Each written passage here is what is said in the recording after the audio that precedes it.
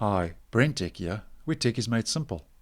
This is a video I've been wanting to do for a couple of days now and is in response to a question I have been asked about the importance of using a DNS server other than your service provider's DNS server, and then to touch on the advantages and disadvantages of both.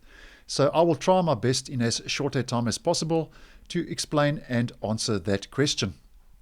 Now, basically the definition of DNS is it stands for Domain Name System, and DNS servers translate web addresses into their IP addresses so you don't have to remember strings of numbers for every website that you want to visit. Now, domain names are the website addresses we use every day. So as an example, Google's domain name is google.com, and if you want to visit Google, you just need to enter google.com into your web browser's address bar as I've shown you in this example. Now, the only problem with this, though, is your computer doesn't understand where google.com is. So basically what is happening behind the scenes, so to speak, the internet and other networks are using IP addresses, which are a string of numbers. And one of the IP addresses used by google.com is 172.217.0.142. So if you type this number into your web browser's address bar, you'll end up back at google.com as well. So if I go 172, now I've already tried this out, so that's why it's coming up in my history, 172.217.0.142.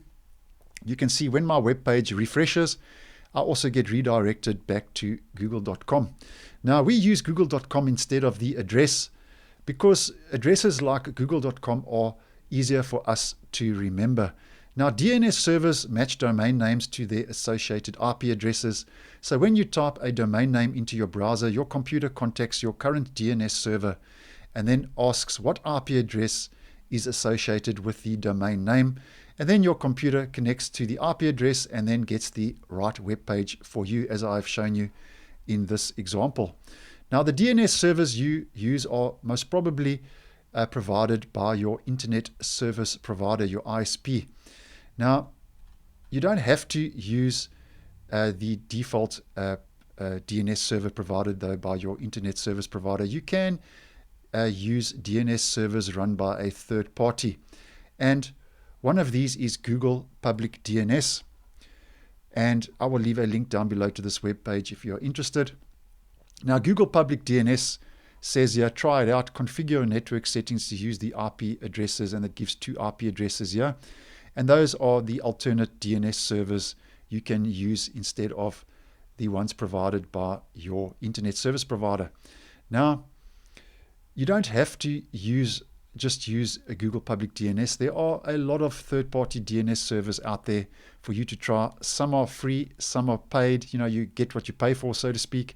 And there's too many to mention in this video. So I will, what you can do is you can just go do a search over on Google, and you can go check some of those out for yourself. Now, in some cases, these alternate DNS servers may speed up your connection the first time you connect to a domain name. However, the actual speed differences you see will vary depending on how far you are from the third-party DNS server and how fast your ISP's DNS servers are. So one of the advantages of using an alternate DNS server like Google Public DNS is that it could speed up your connection. A disadvantage is obviously that if your ISP's DNS servers are closer, then there's no point trying out a third-party DNS because your ISP then will get the job done. Now,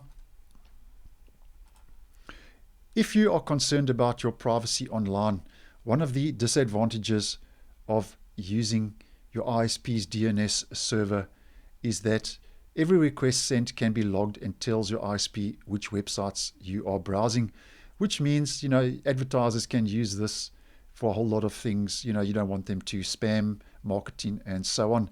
Now, obviously, this depends on different countries and where you find yourself, in what region of the world you find yourself. So, it's up to you whether you will trust your ISP by using its default server, DNS server, or you might have to change over to a third-party DNS server.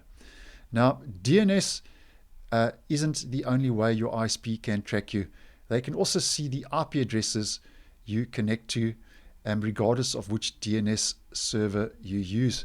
Now, IP addresses is a topic for another day, and I'm not going to explain that in this video. Now, they can get a lot of information about your browsing habits this way, and changing DNS servers won't stop your ISP from tracking you, but it will make it a little bit harder. So if you use a third-party DNS server, one of the advantages there is that your ISP will find it a little bit harder to track you. And then obviously if you use a VPN, which is a virtual private network for your daily browsing, then obviously your ISP won't be able to monitor and track you. Now, what you can do if you want to change your DNS server is you can do this over at your router or router. You know, in my part of the world, we say router. You might be in a part of the world where you say router. You can go to your router model, find out what it is, and then you can just do a Google search online to find out, how to do this. And then you can change your DNS settings over at your router. And the advantage of doing this is that when you change your DNS server at the actual router, this will apply to every device that is connected on your home network. So it won't be device specific. Every device that connects to that router then will you be using that alternate DNS server. And then if you don't want to do that, what you can do is you can still change your DNS settings on that specific device as well. But just be aware though, that will be device specific. And now I'm talking mainly to home users in this video. Obviously in organizations and enterprises, this is a whole different story and a whole different video for another day. I'm using examples in this video that apply mainly to your average home user.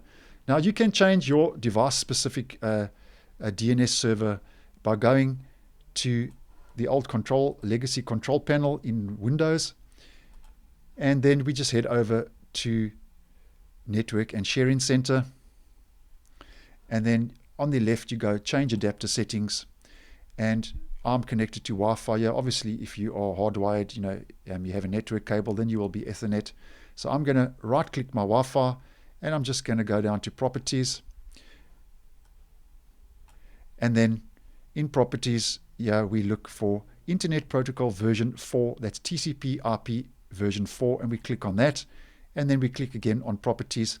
And here is where we can change at the bottom. IP address is a topic for another day. The DNS server is here where we can change it at the bottom here.